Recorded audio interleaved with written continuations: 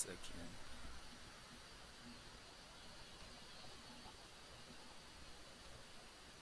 So we're supposed to be live now. Just.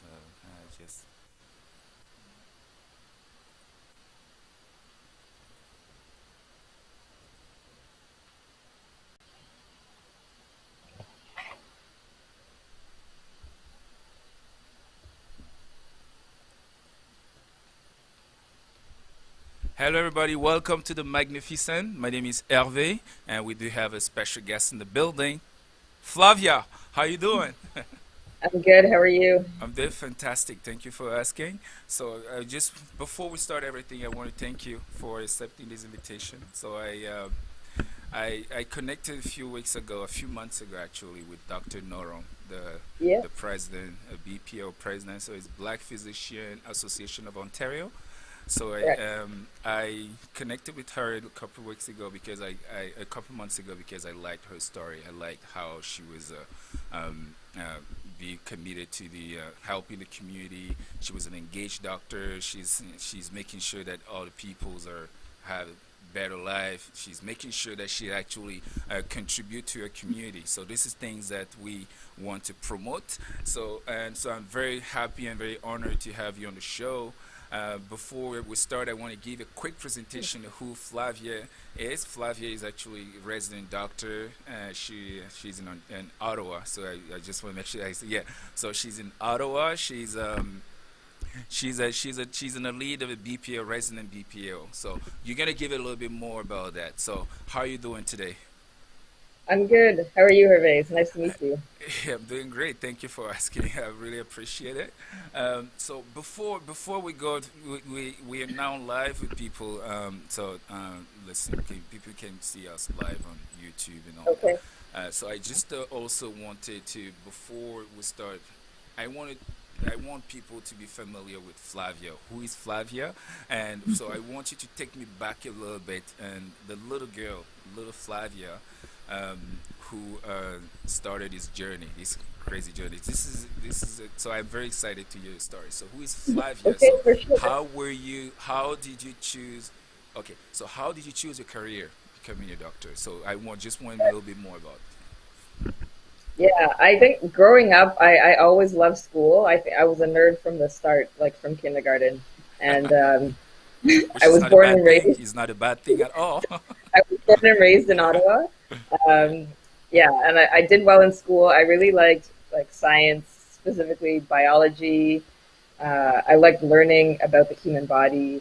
I Oh, enjoyed helping people, yeah. and I thought that like being a doctor would be a great way to combine all of those things. But obviously, I didn't know, like, I had no idea how to get there. What were the steps? In high school, I took a lot of science courses, and then I did my undergrad at Ottawa U in biopharmaceutical sciences, Yeah. and I applied to med school. I think after my fourth year, I did not get in. I applied the year after that. I did not get in again, Ooh, and happy to say that I was successful the third time around. consistency So yeah, consistency, and persistence, determination. for sure. I was very fortunate to, after my undergraduate degree, because I did a co-op program.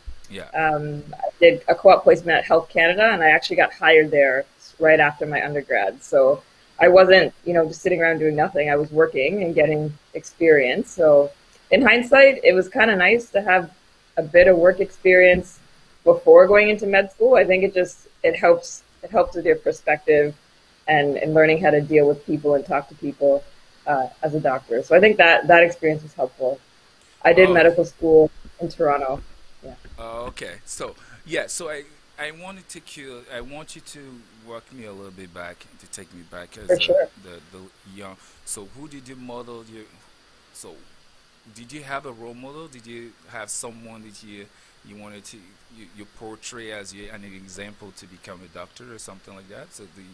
So why did you choose that? Why not lawyer? Why not finance? Well, yeah. For sure. So my parents are both from Uganda. They were born and raised there, and they emigrated here. Um, Myself, and three of my siblings were born here in Ottawa. My oldest brother was born in Uganda. So, growing up with African parents, there's very few Tell careers me that you about have it. in mind.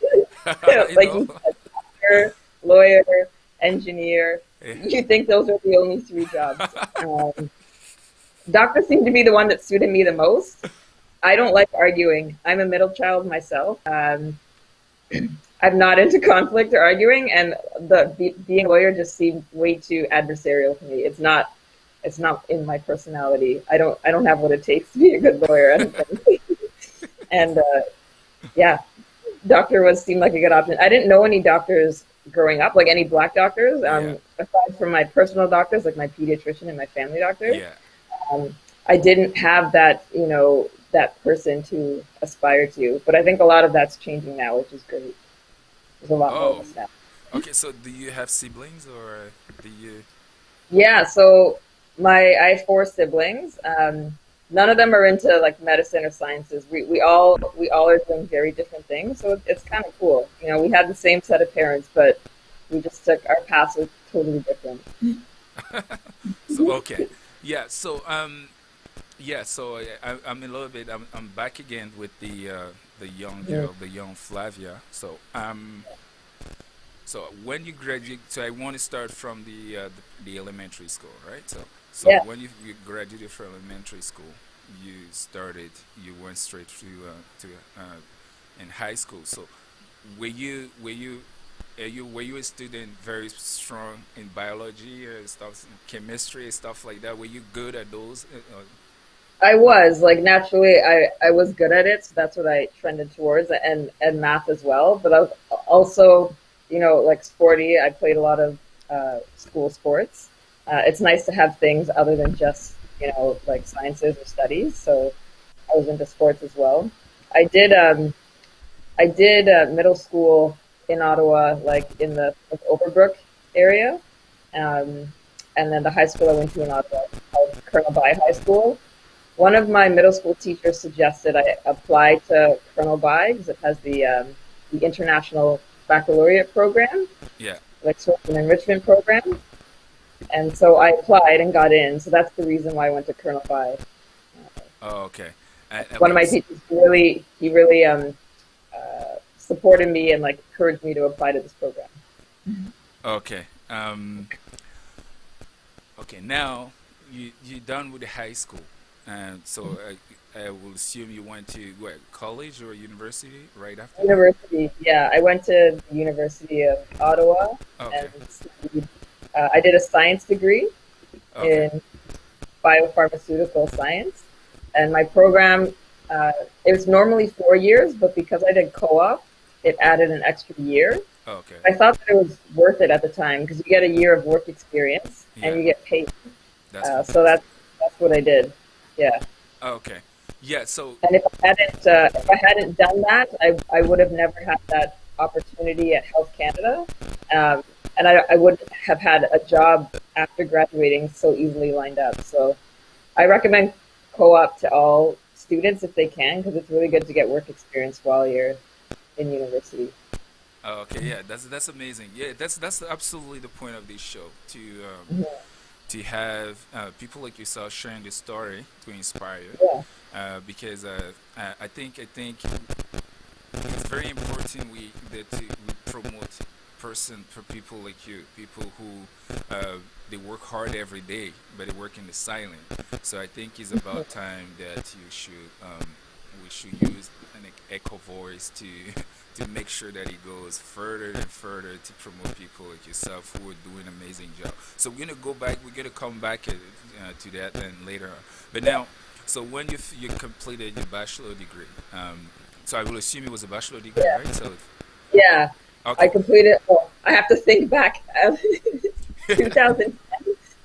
That was 10 years ago. Yeah, I Oh, completed undergrad in 2010. okay.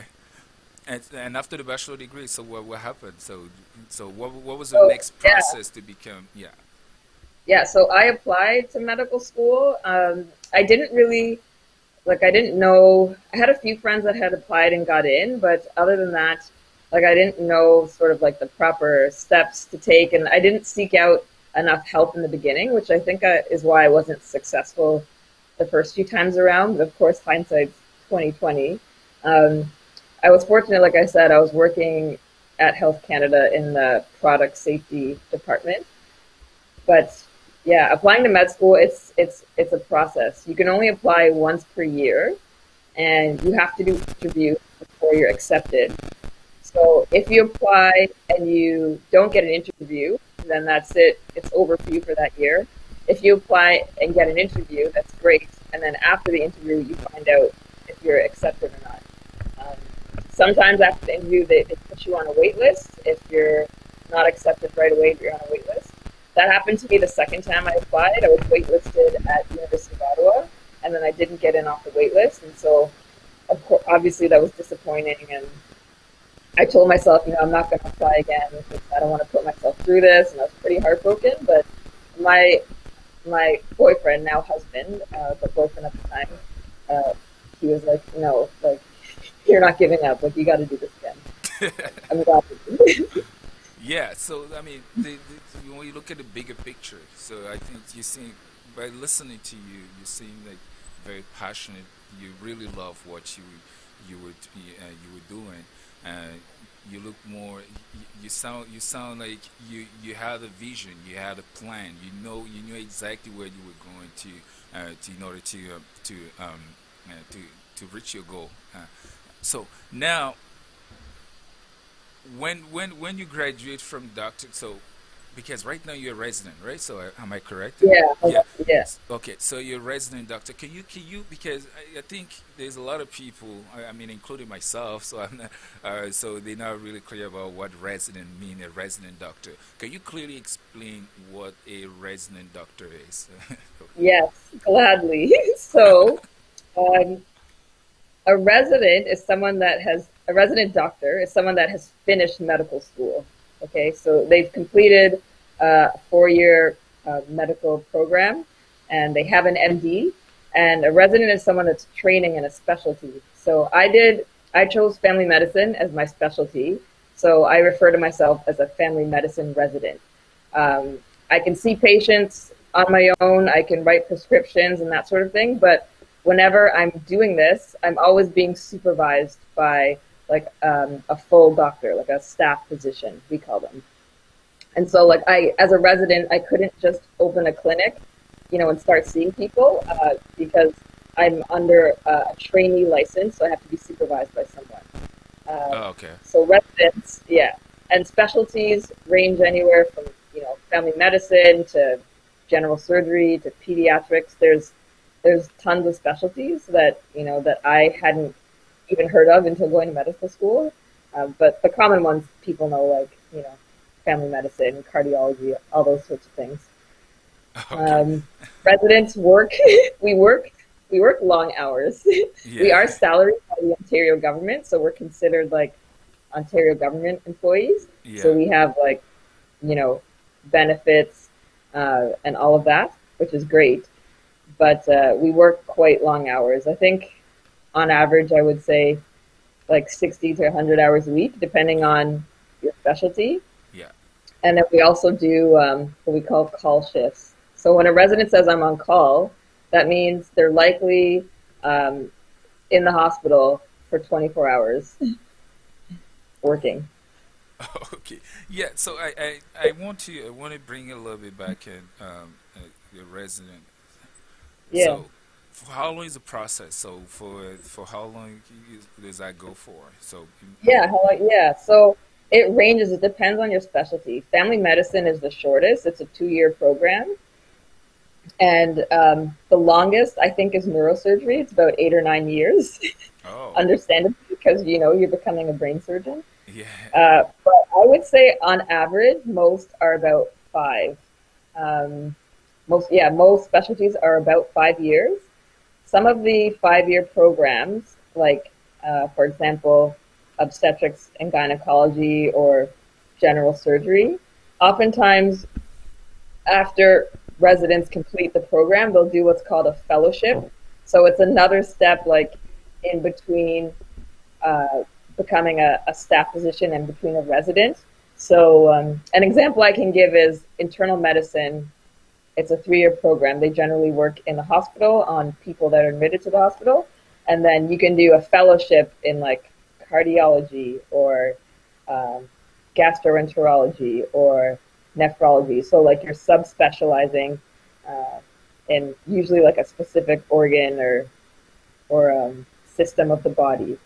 Uh, and it can be hard to get a job without a fellowship. I know a lot of people assume that it's easy to get a job as a doctor, but it really depends on what specialty you choose. It's quite easy to get a job in family medicine because the need is very high. But in the other specialties, oftentimes people will do a fellowship to become more competitive, Yeah. or because they want to subspecialize in something that they're interested in. Oh, okay. Yeah. Thank you for clarifying that. But now, do you plan? So basically, after that, you're gonna be a general doctor, right? Yeah, so I actually I finished my like general family medicine last year, but then I went on maternity leave. I had a baby, Yeah. so I took a How year old? off. Sorry, I'm sorry to interrupt. How old is the baby? She's 14 months now, so she's Oh like my goodness, my daughter well, is not 14. Oh, quite my a daughter is baby actually anymore. 15. Yeah. So She's walking and talking, oh, so yeah. So no, congratulations. So I have to say thank she you. is still a little baby. I also have a I little know girl. She's 15 months. She's that's great. she's she's everything. She's my inspiration right now. Yeah, So whenever I hear now baby, I'm getting a little bit very emotional when I hear baby. I mean, I don't know. yeah. I You never knew. understand I never. parenting? No, I never found that part of my personality be emotional a little bit while talking about my little girl and Babies all that. But change, so man. yeah, so I want to go back to come back to your specialty. So are you? So you were saying after general doctor when you came back from mat Yeah, leave? I finished family medicine, so like what we call like general practitioner or family doctor last year, and then I went on leave. And then I could have, just started working as a family doctor right away, but I wanted to do a fellowship in maternity and newborn care. So I'm completing that right now. It'll be done in about a month, actually almost in exactly a month. Okay. Um, but I'm doing some extra training so that I can become more comfortable doing delivery, like taking care of pregnant ladies and doing deliveries in the hospital. Oh, As okay. a family doctor, I'd only be doing like low risk pregnancies, like any high risk stuff or complicated stuff would need an obstetrician. But for low risk regular pregnancies, Yeah. then I'd be able to see those people and deliver babies in the hospital, but then also still do like general family medicine as well to have a mix. Okay. So if I understand, so you later on will want to specialize yourself as an obstetrician. Is that correct?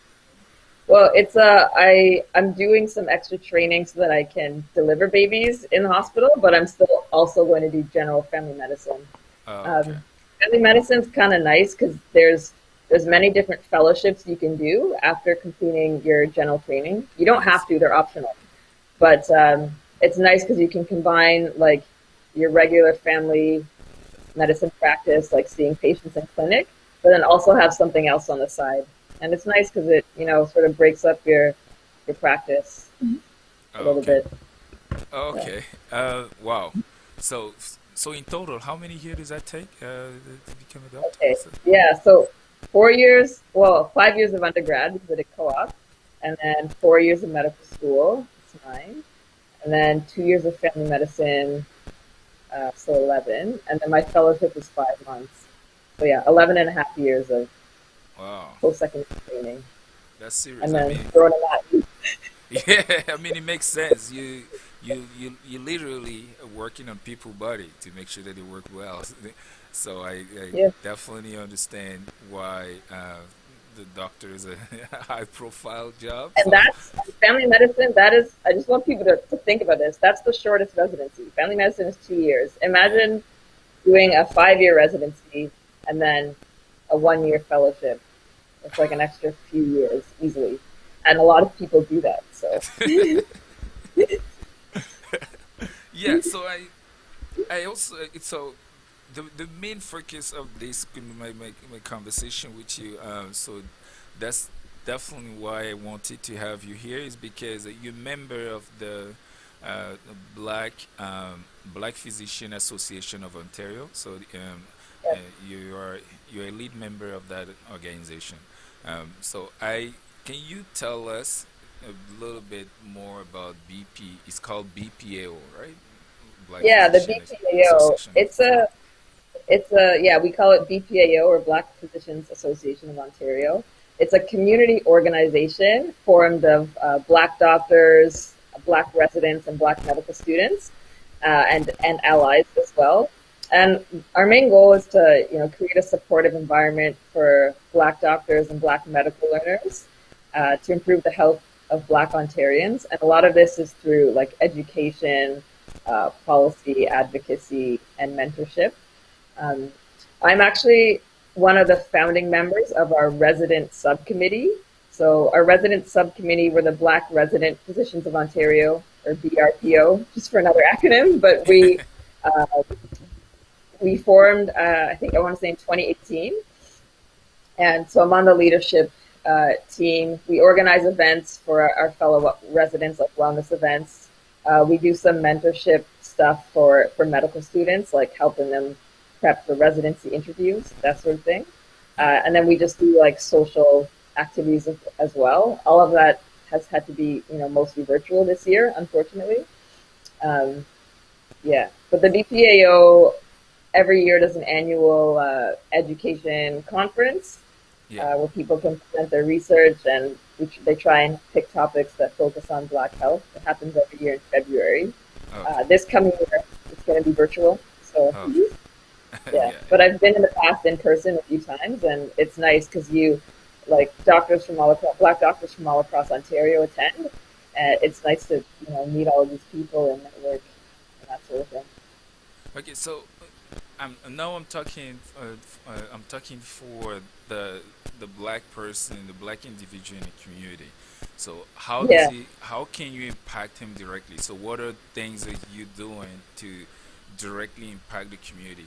So what are the areas there where if ever help is needed, we can you can provide a service or help to the community. So what it directly there? Yeah. That a lot of that stuff we're trying to get started on. I know in Toronto, Dr. Norum, she's the president of the BPAO.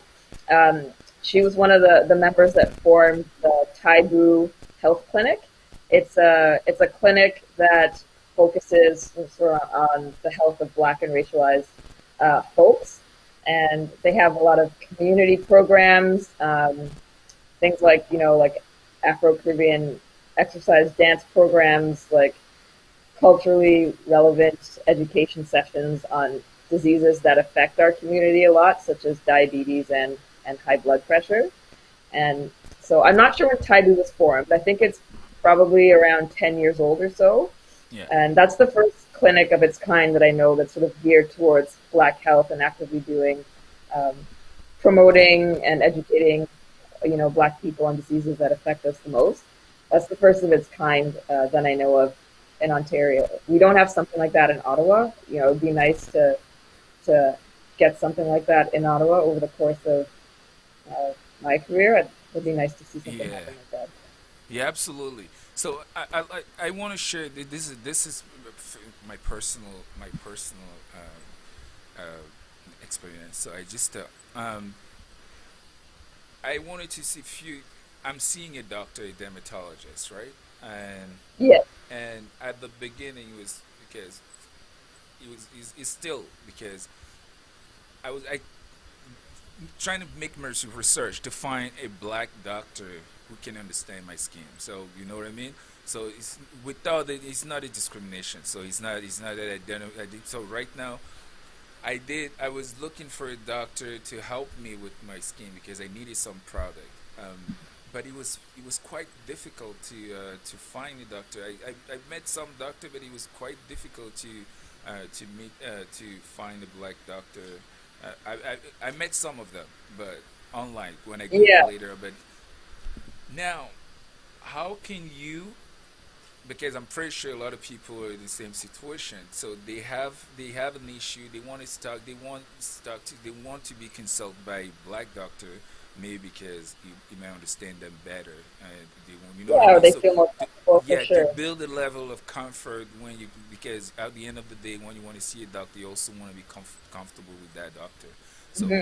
at the BPO, did you have something planned for that to kind of guide people if they need to specific type of doctor to help them? In my case, it was for skin, so I needed someone who can understand my skin better because I'm sure it's different, right? So I haven't studied dermatology, but I'm sure my skin texture.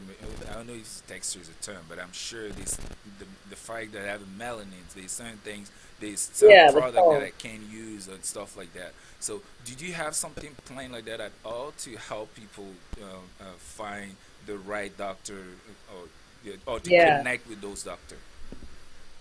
So there's nothing currently, unfortunately, but I do know like the BPAO is currently in the works.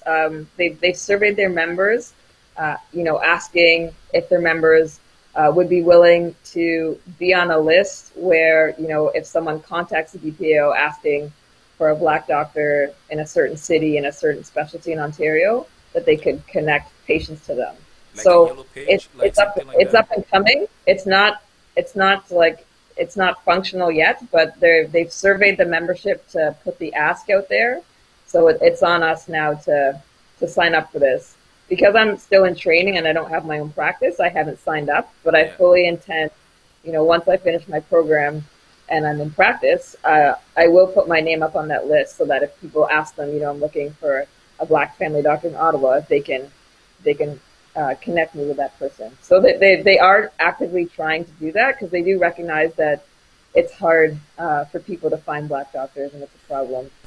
But Ye- part of the reason why it's so hard is because there's just not enough of us currently. Like if you Yeah. look at the population of Ontario, um, 4% of Ontarians are identified as black, but we typically only make up 1% of medical school class or less.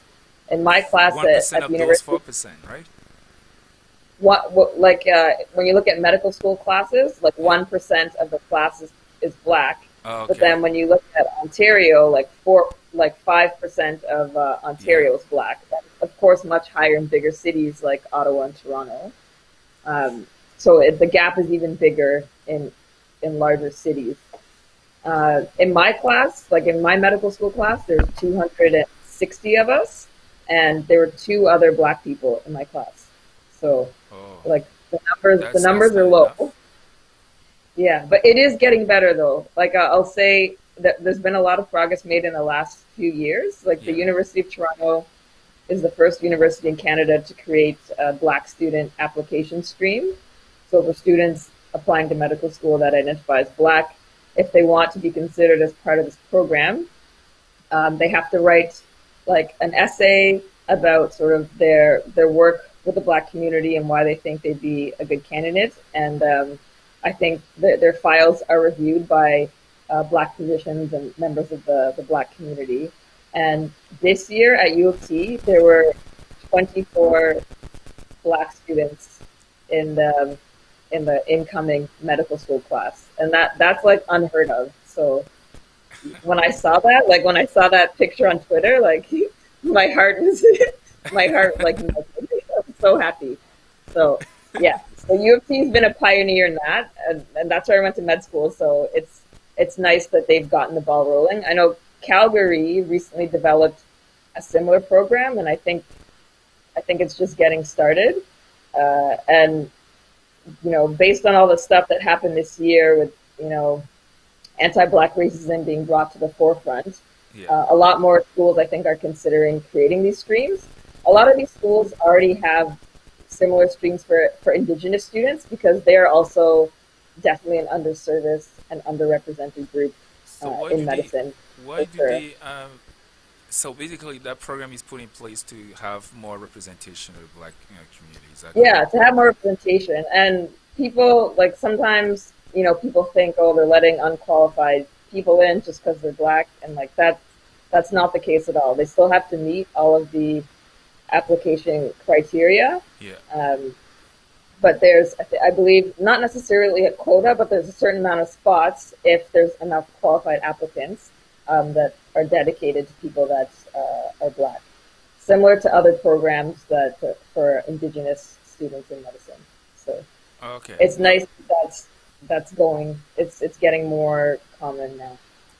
Yeah, just want to clarify a detail because I said Yeah. earlier that when is something difficult to Google and find a black doctor.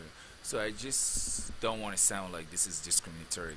This is a discrimination. You know what I mean? So because this is an easy, in the current how we live now with the what is happening. You mentioned earlier the social injustice, anti-black racism, and all that. So I don't want to give the opportunity to people to misinterpret what I said. So if I say I want to see a black doctor, um, so, so this is a question for you. So if I said for a dermatology, I want to see a black doctor. Is it do you think is it a discrimination? Because I don't want because a white race a white racist will say or someone racist will say, oh, so if a white person says that, it might sound racist. So I just want to make sure that is well understood. So if a client or a patient says, okay, I want to talk to I want particularly a black person because you might understand my skin better and might give them the product accordingly. Is this something racist or is I don't think it is at all. And studies have shown that black physicians are more likely to work in communities that have higher numbers of black people or in underserved communities, yeah, and as well that relationships and outcomes between patients are better when the patient is black and the doctor matches their race. So we know we're currently, as it stands, black doctors there's not enough of us. We're underrepresented in medicine. I think we're going to see a huge change uh, in the next few decades because of these programs that are admitting more black students. And yeah. so, hopefully in 50 years it won't be that hard to find a black doctor. But right now it really is because depending on what city you live in, there might not be a black dermatologist. No, I know in absolutely. Toronto there are definitely a few, but in Kingston, maybe not. So Yeah, absolutely. I mean, I don't know. There's some feeling that you can't really explain when you see a doctor, and you feel like the doctor is just brushing you. So it doesn't because I mean I can understand doctors are very busy. They might have to see we are. 100 patients a day, but when you're a patient, you don't really think like that. You don't think that he has to see all the 99 patient, right? You want to be able to be understood, to be heard. You want the full attention from the doctor. But most of the time, because the doctor is not from you, this is not the same. It's not doesn't have the same racial background as you. You might misinterpret it and say, okay, just want to brush me maybe because I'm black or stuff like that. So that's why I think it was very important to because I personally needed to see a doc because I saw a doctor before that, and then the doctor it wasn't a black doctor, but the experience wasn't good because I wasn't seeing the change on the result what I was looking for, and then Mhm. and then I had to Google, but it was very difficult to find. The closest that I found was a little bit far, and then so it was a little bit far from. So I just okay, but I went with I like my doctor now. She's not a black doctor, but I like that she's able to give me more time. She talks, she makes sure that she follow up with me and stuff like that. But I think, but I preferably will want to go with a black doctor so she can Yeah. he or she can understand Yeah, my and skin. unfortunately, like currently, like so people can always contact the BPAO to ask, they might not be able to give them an answer if you ask them, right away where to find a black doctor in the city. But maybe by 6 months from now, they might have that answer for people, and then the only other option that I can think of right now is Google, unfortunately, It's because what? Say it again. it's Google, like you said, because Oh, it's Google. hard information to find. If you're looking for just a doctor in general and you want to search by city and specialty, people can go on to the College of Physicians and Surgeons of Ontario. Yeah. They have a doctor search function, so you can find, uh, like a family doctor. You can find a list of like all family doctors in Ottawa. You can you can sort it by gender, but you can't sort it by race because they don't collect race based data, which is which is a problem in a lot of things. I think I in think it's a Canada, big problem. I think in I'm the going to tell U.S. you why I think it's a problem. I Yeah, wanted to, yeah, I think it's an important problem because the easiest way to avoid to not resolve a problem is to avoid a topic problem, right? So, yeah, if there's not enough representation on the black about a black doctor of black doctor, I think we need it's very important to bring the discussion on the table to understand why there's not that much representation, because I don't think the solution is not to avoid the topic because it's an uncomfortable topic, but it's about time that we sometime have a comfortable topic. With for everything that's sure. happening now, we should be able to look at look at each another and say, okay, look, there's a problem here. So I and this leads to my next question to you with the COVID-19 right now, what is happening. Um, is known in Canada and the U.S. that people who are there's a very high range of black community affected by that. Like this, and is not. That's definitely not proportionate, right? So and Yes, it's because there's many factors that are put in place. They exposed to because they have to go to work. They probably low. So all that contributes to the kind of to the topic or discussion that needs to bring on the table. My question to you is: COVID now with COVID, like with the COVID situation now, what is BPA hold doing to in order to help the black community or to try to lower the rate because the rate are going higher and higher in the black community for in the COVID cases. So what is he a concern for BPO or do they think about that in the meeting and stuff like that? I I do think it's been discussed, and like a big part of the role EPO plays in that regard is advocacy. Like you said, the U.S., although they do have a lot more problems with overt racism, one thing that they do excel at is they collect race-based data, so it's easy to see what the disparities are. Exactly. We don't collect race-based data But here why though? often, Why? so um, because people don't people in positions of power might not think that it's useful. I know that I believe I don't want to be misspoken, but I believe the chief medical officer of Ontario originally, when there was data about race and COVID coming out, said that we don't need to collect race-based data because like they didn't think it was important or that it would make a difference. And then he retracted his statement. When people Backfire on spoke him. up against that.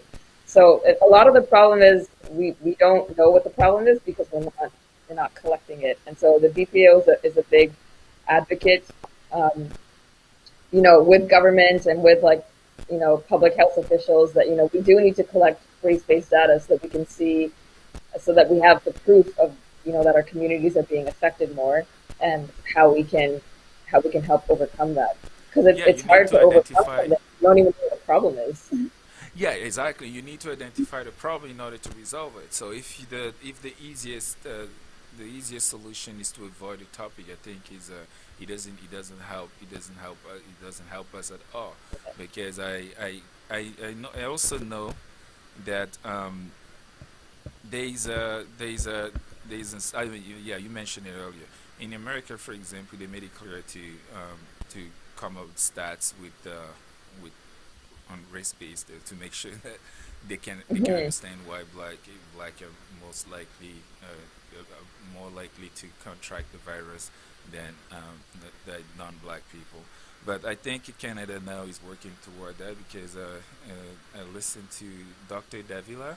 She's a chief. I think she's chief of Ontario. No, she's chief of Ontario. Something. I think so. I want to make sure that I'm not doing a But mistake. Dr. My wife Say will kill David, me because she listens to herself all the time. So if I say oh, something that is not right, she's gonna be no, don't say that. Yeah. So she wanted. She was saying that they now collecting data and race that based on race to make sure that they can go in depth in the problem and help and bring more solution toward that.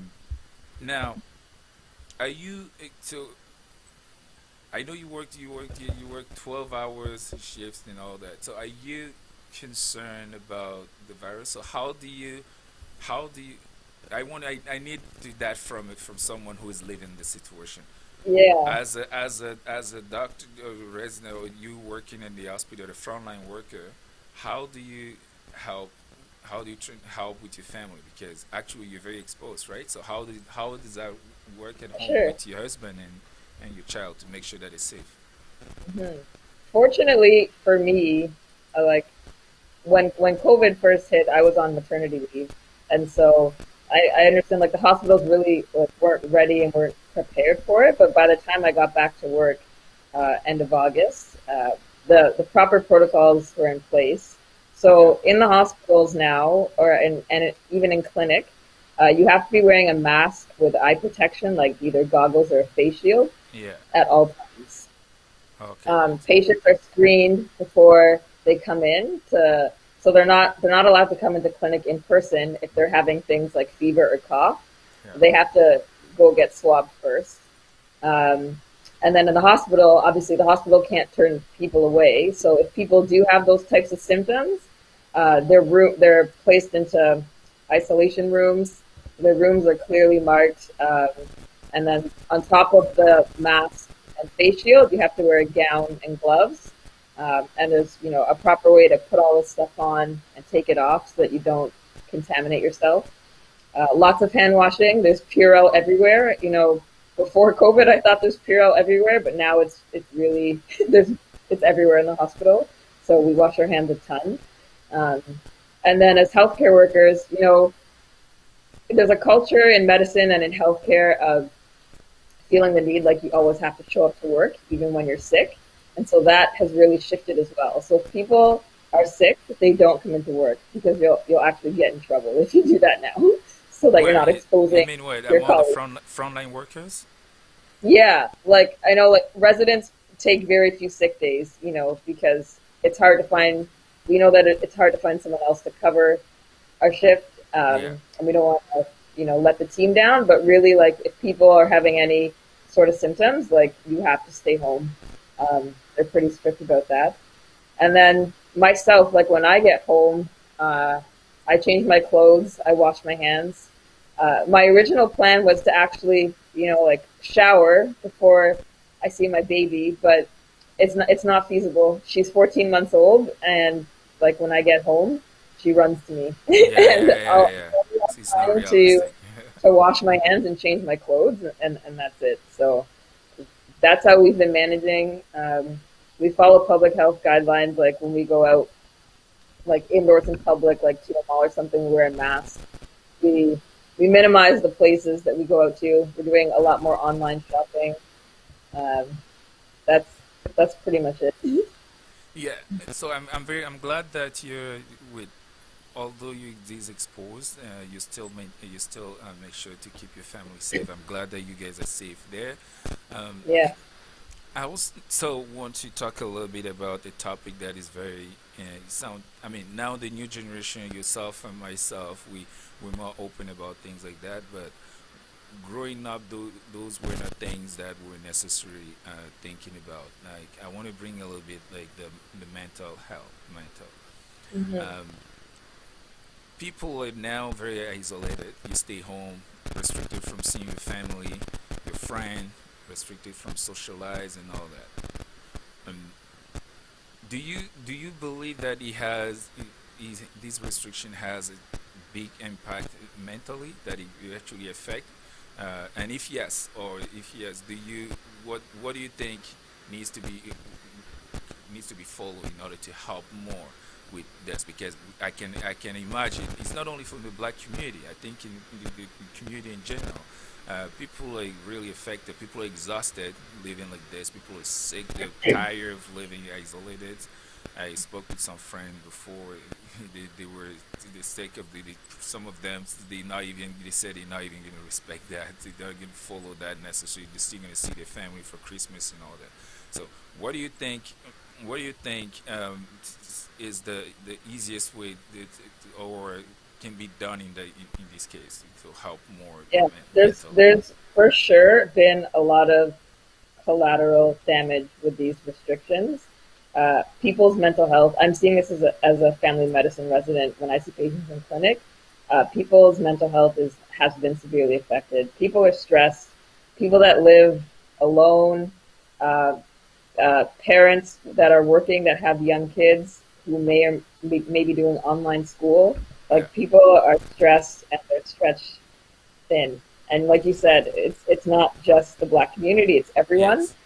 But I know typically the black community shies away from addressing mental health or from even talking about Yeah, it. So because as a kid we were essentially uh, um, I mean, it depends because my family are I come from a very modern family too. So they had like I don't know how to say that they were very aware early too.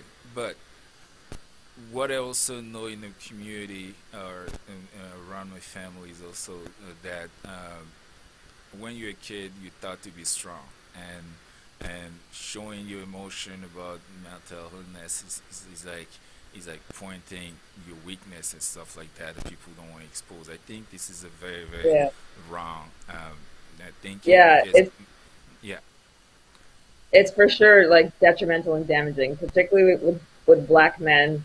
They're always told to like be strong, don't cry, like yes, absolutely, suppress your emotions. It's not natural and it's not normal, and people can only take that to a point.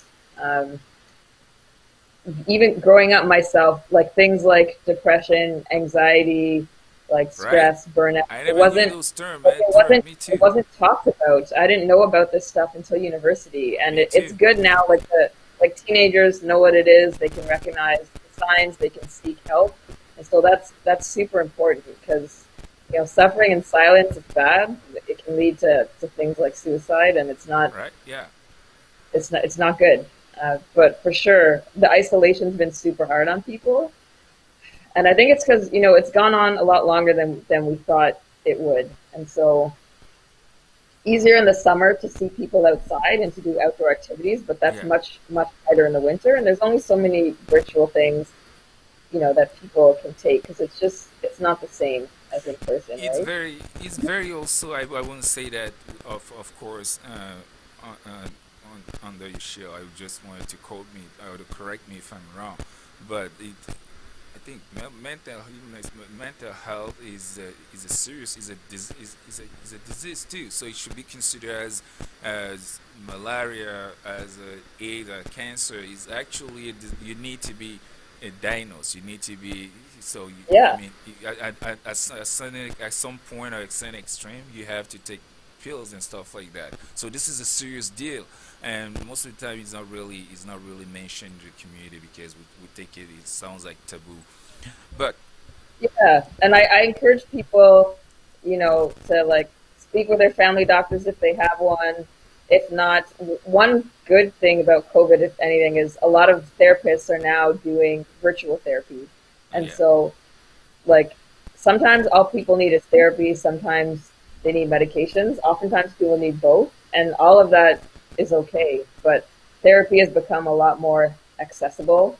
um, I know there's this website, I think it's called psychologytoday.com. yeah, That one's great because you can search for a therapist, that has specializations in specific area like trauma or anxiety, and then you can search for a therapist that meets more your background. So like you can search for a therapist of a specific religion or even of a specific race.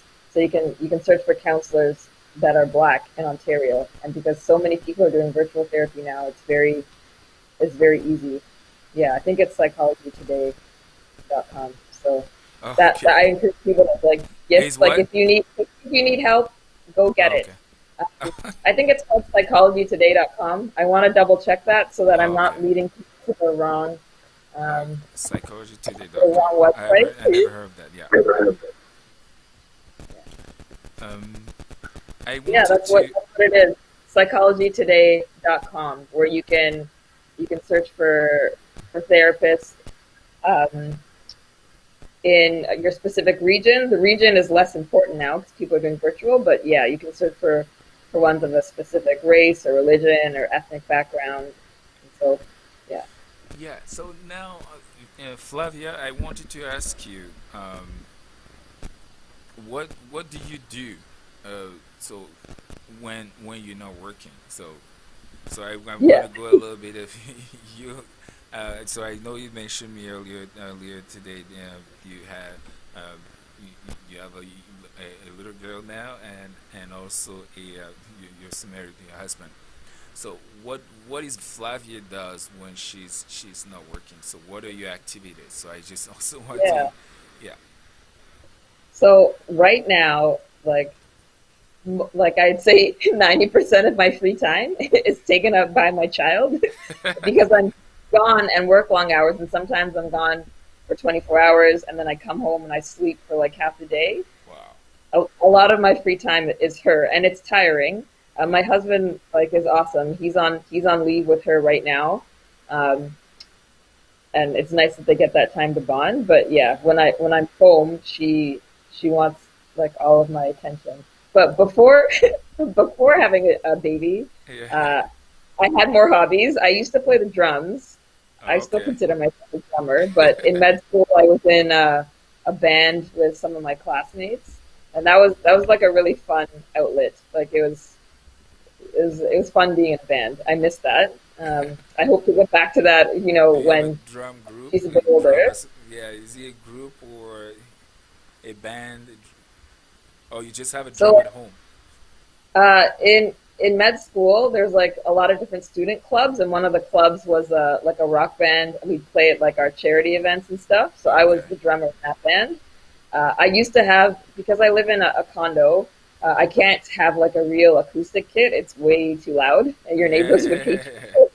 I used to have an electronic kit, so like you have your headphones on and the sounds are coming through the headphones. But once baby came, we had to make space for more of the stuff. So I had to sell it, and I'm sad Tell about that. tell me But about you it. know, Tell me when about the it. kids are older, I need a bigger place. Getting a drum set is like top of my list. Other things that I like to do, I knit. It's like a hobby that I picked up. I like to read fiction novels. Oh, It's nice, like fiction specifically, because you can sort of lose yourself, in a story. So I like fiction a lot. yeah, so did you visit did you visit your parent? Did you say from Uganda, right? Have you been in Uganda? Your parent were from Uganda. Have you been in Uganda Yeah, my before? parents from Uganda. Yeah, Yeah, I'm actually super super lucky. As a fourth year medical student, towards the end of medical school, I had the chance to do an an international elective. So I spent 2 months in Uganda. wow. Before that, I'd only been once, and it was a brief trip. Yeah, So this time I spent 2 months there. I was mostly in like a rural village. yeah, My brother-in-law works for an NGO. They do medical missions there once a year. yeah. So part of my time there, I was participating in the medical mission, seeing patients, and then my other time there, I was just in the clinic and in the hospital, like working alongside the doctors there and volunteering at a local community center. And like, I loved that experience. I really want to go back. They do these missions annually. Unfortunately, last year, the mission in spring was cut short. It was supposed to be 2 weeks. Everyone had to come back after 3 days because that's when COVID was sort of exploding. Yeah. And this year, I don't know if they'll be able to go. But or sorry, 2021. I don't know if they'll be able to go because things are still, kind of up in the air, but hopefully the year after that, I'd like to go back. Yeah. Okay. So have you visit beside Uganda? Have you been in another um, African country? No, that's the only African country I've been to. I've traveled. I've gotten to travel a bit. I do like traveling. Actually, that was one of my hobbies before COVID. I've been to a lot of places in Central America just because the flights are short and it's easy to get to from Canada. So I've been to um, Costa Rica, Nicaragua, Cuba, Barbados, places like that. I've been Yeah. to Croatia in Europe. That was Yeah. just like a random fun trip that I've always wanted to do. Yeah. Yeah, my husband and I, when our daughter's older, like we'd like to go to Uganda and then also to Cameroon because that's where he's from. To who? Uh, To where? uh, Cameroon. My husband's from Cameroon. Oh my goodness. Do you know where I'm from? Cameroon. Now that you What a coincidence! Yeah, yeah, but I'm from Cameroon as well, so it's just yeah, so so awesome. I mean I should definitely recommend it. It should push you there to go to visit the Yeah, country. we want to do that trip with her. We were like thinking, maybe 2021, but realistically, it's probably going to have to be 2022 at the earliest, just because we don't know with the travel restrictions and Yeah, everything. yeah. For We'd like now, to experience. for in Cameroon now there's like a little tension, so I also want to share that it's very important to talk when we talk about discrimination, about racial discrimination. It's also important to talk about tribalism. So this is like a Yeah, scale below racism. So when the tribes are fighting each other, and it creates so it's called it. So there's yeah, a there's a there's now an issue going on in Cameroon. I'm sure your husband is aware of that. So the English side, because I'm a French Cameroonian, yeah. I The know. English, he's also French, and we are aware of the conflict between English Yeah, so it's Cameroonians and insane. yeah, So it's absolutely. I think they're 100% right. So they were marginalized for a long period of time. It's about time that they also get what they need, right? So yeah, and then I think that the government is not doing a good job enough to keep them happy because um, do you will it was only recently that the constitution was translated in English. Before it was only in French, wow, and it's not fair because Cameroon is a bilingual country, French and English. So yeah, so basically, whatever the service is like in Canada, right? So whenever you go on the website, you have an English and a French version. So the both languages are always available. So depending on which language you're comfortable with. But imagine be in English Cameroonian and have to deal with or read a document or constitution or something, but it's not translated in English. So this could be very frustrating. So the protest is right. Is 100%. They need to protest, but unfortunately, we're in the country where the freedom of speech is not as promoted yeah. as it is here That's in the problem Canada. in all African countries. Yeah, I that's know you that's the elections are coming up. mismanagement. Yeah, Elections are coming up in Uganda in January, and so that's always like a bad time to travel because there's protests, there's violence. absolutely, absolutely. So that's what makes Yeah, that's why Africa is not a poor continent. That's I can guarantee you. It's just the mismanagement in Africa that creates all those problems. Like I said all the time to people, they said these African people that can come in the area and purchase the entire area with the money cash. They have the money cash. They will purchase like on the entire Ottawa, for example. The people who have that much money to do that. But it's weird because someone alone can do that, but the guy next door doesn't even have 5 cents to eat. You know what I mean? yeah. The So disparities between the rich and the poor are they're like the very discrepancy is crazy. exaggerated. Yeah, There's it's almost no crazy. middle class. Yeah, so that's why we from the diaspora we need to educate ourselves and talk about and promote that we can be the reason of the change. We can bring the difference in the continent, Yeah, helping helping the what is happening. We can bring the expertise and help the continent definitely. So, Flavia, I want to thank you for this, for taking your time for answering those questions. It was a great conversation with you today. So I wanted to really thank you for answering all those questions. So I will, I hope I will talk to you later. I'll talk to you Yeah, soon thanks again so much. because It's been a good conversation. I can't believe an hour just just went by. Thanks so much for having me. I it goes appreciate by it. fast, and now I'm being pressured to give up the give up the radio because for the next program. So I would thank you, Flavia, for your time. So I look forward for more conversation. I'm sure you will be a great and amazing doctor. And please, Thank you. whenever you have your own how do you call that again? Yeah, A practice. yeah. When to, Yeah. please, when you get your own practice, I would need to you get the information, like the address, the business card, or something like that, because it's very important. Whenever we have this representation like this, we want to promote as much as we can. So I would thank you, Flavia, for taking your Sure. time for answering those questions. So I wish you an amazing holiday with your family. Be safe, and also please do not change the person that you are because this is what we Okay. want to Thank you promote. so much. Yeah. Happy holiday, Merry Christmas to your family, and have a good holiday season as Good. well. Thank you, Flavia. I appreciate it. Okay. Take Thank care. you guys for listening to the Magnificent. Today was a special day with Flavia. Talk to you later. Bye.